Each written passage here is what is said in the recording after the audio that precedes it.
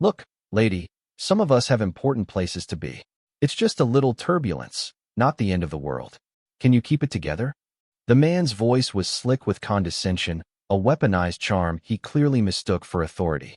The other passengers in the cramped coach cabin of Flight Sierra Bravo 77 shifted, their nervous glances a mix of second-hand embarrassment and tacit agreement. They all wanted the shaking to stop, and this woman, with her placid, unbothered expression, was an easy target for their collective anxiety. The woman in seat 22C, the object of his scorn, offered no reaction. She didn't flinch, didn't sigh, didn't even turn her head. Her gaze remained fixed on the churning gray clouds outside the small porthole, her hands resting calmly in her lap over a worn, leather-bound book. Her silence was a wall, absolute and impenetrable. But 35,000 feet ahead and 5,000 feet above, in the sterile, focused quiet of the most advanced cockpit on Earth, the lead pilot of Air Force One saw a new icon bloom on his tactical display.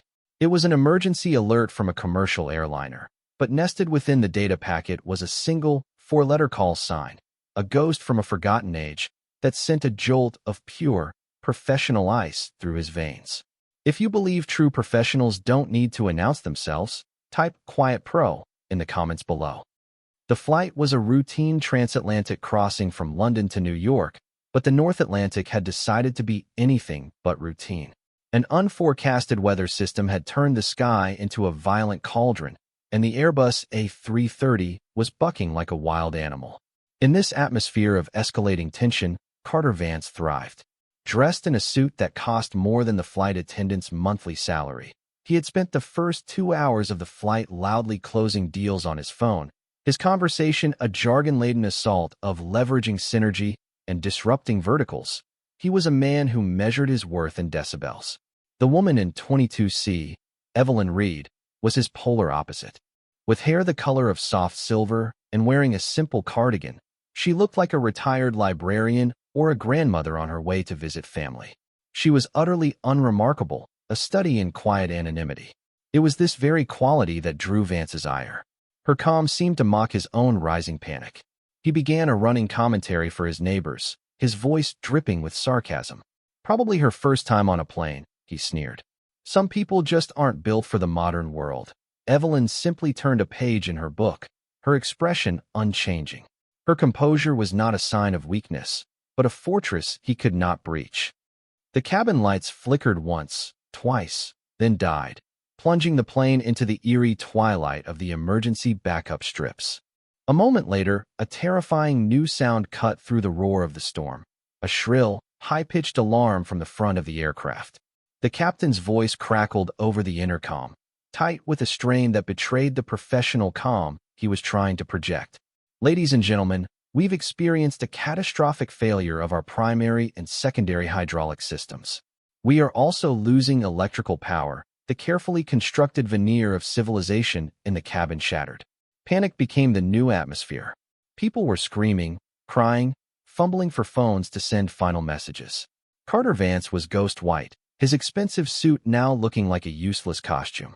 His arrogance had evaporated, replaced by the raw, primal fear of a man confronting his own mortality. It was in this exact moment of chaos that Evelyn Reed moved. With a fluid economy of motion that was utterly alien to the panicked thrashing around her, she unbuckled her seatbelt. She wasn't frantic. She was focused. As she stood and moved toward the aisle, a flight attendant rushed to intercept her. "Ma'am, please, you must return to your seat." Evelyn looked at the terrified young woman, and for the first time, she spoke. Her voice was low, yet it cut through the din like a surgeon's scalpel. "Give me a headset. Tell the Captain Nightingale is on board." The flight attendant stared, dumbfounded. The name meant nothing to her, but the woman's demeanor, the sheer, unshakable authority in her eyes, was impossible to disobey. She relayed the message. In the cockpit, the captain and first officer were in a losing battle, wrestling with unresponsive controls. The plane was becoming a multi-ton glider. "Nightingale? Who in God's name is Nightingale?" the captain barked, his focus on a dozen dying instruments. At the cockpit door, Evelyn took the headset from the attendant and spoke into it, her voice a lifeline of pure information in a sea of electronic death. "Captain, What's your current airspeed and angle of attack? Have you attempted a manual reversion to bypass the flight control computers? Isolate the green and yellow hydraulic systems and check the pressure on the RAT. It was a cascade of technical poetry, a diagnostic checklist so precise, so specific, it could only have come from someone who knew the aircraft's soul. The pilots exchanged a look of stunned disbelief. This wasn't a passenger. This was an engineer. Or something more. Let her in, the captain commanded. Evelyn stepped into the cockpit, a small, gray-haired woman in a space of desperate, high-stakes technology. She did not reach for the controls. She simply stood behind them, her presence a pool of absolute calm, and began to fly the pilots. While one drama was unfolding inside the crippled jet, another was being orchestrated across the sky. On the flight deck of Air Force One, Colonel Matthews watched the alert for Sierra Bravo 77 with professional concern. Then the secondary transmission came through. Encrypted, a protocol so old it was almost a myth. And on his screen, the single word that changed everything, Nightingale. Matthews went rigid. His co-pilot saw the look on his face and tensed. Nightingale wasn't a procedure, it was a legend. A call sign assigned to only one pilot in the entire history of the United States Air Force. A test pilot from the Skunk Works and Phantom Works programs, a ghost who flew the machines that officially never existed, the ones that pushed the very boundaries of physics. A pilot who had written the book on emergency procedures for catastrophic failures, including the very scenario now killing Flight SB-77. With a voice that was pure command, Matthews keyed his microphone. NORAD, this is Air Force One. I am declaring a national security interest.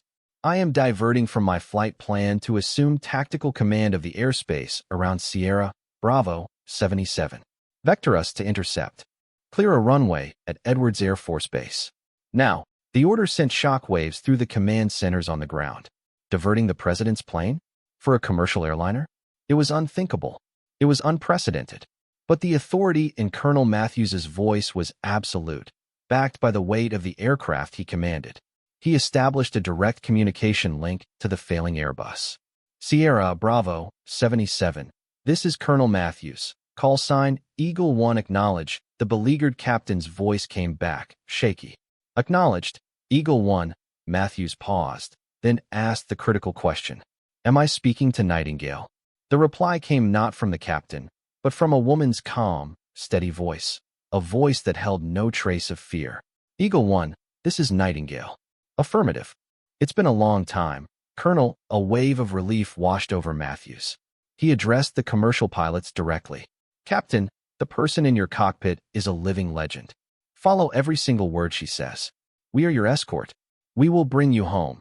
He then turned to his own co-pilot, his voice low and filled with a new reverence. Pull up the file. Read, Evelyn. Declassify it. I want to see it. On the screen, a file long buried in classified servers flickered to life. It showed a black and white photo of a young woman with determined eyes, standing before an experimental craft. Unit, Advanced Flight Research. Combat Hours, redacted. Medals, redacted. The list of aircraft she had tested was a pantheon of aviation ghosts. State Route 71 Blackbird, F-117 Nighthawk, the mythical YF-23. She wasn't just a pilot. She was a pioneer who had written the rules of modern flight with fire and courage. Under the watchful escort of the world's most famous aircraft, and guided by the serene, precise instructions of Evelyn Reed, the pilots of SB-77 performed a miracle. They executed a perfect dead-stick landing at Edwards Air Force Base, gliding the powerless, 200-ton machine onto the runway with nothing but gravity and raw skill.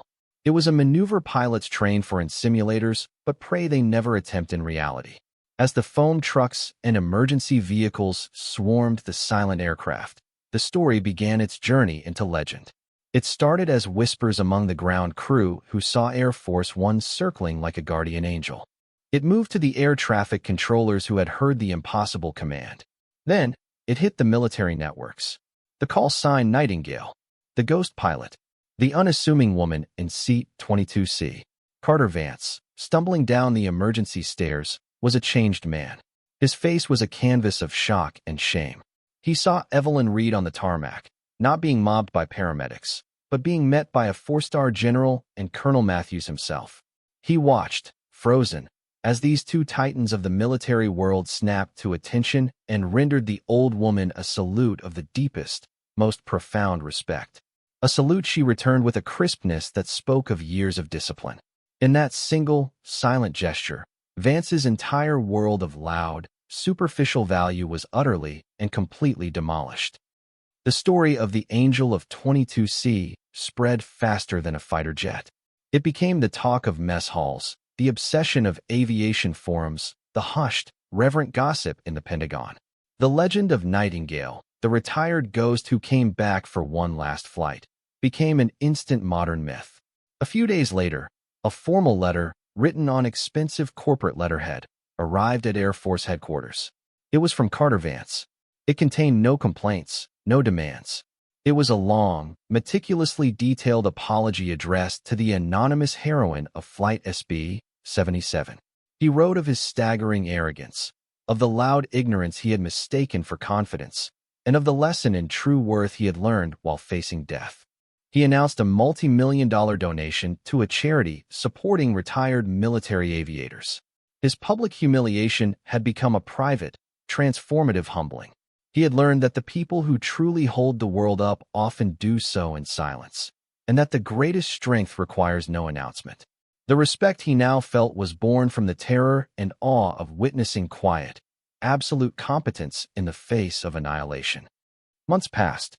At the United States Air Force Academy in Colorado Springs, a new generation of pilots sat in a lecture hall. The instructor introduced a new module to the advanced curriculum, a lesson not in aerodynamics, but in character. It was called the Nightingale Doctrine. It focused on the psychology of leadership under unimaginable pressure, on the power of calm, and on the moral imperative of quiet competence. The instructor told the story of Flight SB-77, using it to illustrate that the most important instrument in any cockpit is the human mind. The centerpiece of the presentation was not a technical diagram, but a grainy still from the airliner's cabin camera. It showed a sea of blurred, panicked faces, and in their midst, one point of perfect stillness. Evelyn Reed, looking out the window as if contemplating a peaceful sunset. Her legacy was not just the 287 lives she saved, but the enduring principle she embodied. The salute on the tarmac became a symbol taught to every cadet, a gesture signifying that the institution, at its best, honors not the rank on the shoulder, but the skill in the hands and the courage in the heart. True legacy is not a list of accomplishments stored in a classified file. It is a standard of conduct that echoes forward, inspiring others to be calmer, wiser, and more capable. It is the profound authority of silence in a world full of noise. It is the earned respect that exposes the hollow nature of arrogance and the undeniable truth of demonstrated skill. Evelyn Reed never wanted a parade or a commendation. Her reward was the deafening silence after the landing gear kissed the runway, the sacred quiet that follows a crisis averted, the silent thanks in the eyes of the crew she had guided back from the brink. That silence was her victory speech, a testament to a life of service performed far from the public eye. For more stories where quiet competence triumphs over loud ignorance, and where character defines true worth, subscribe to Unknown Heroine Stories.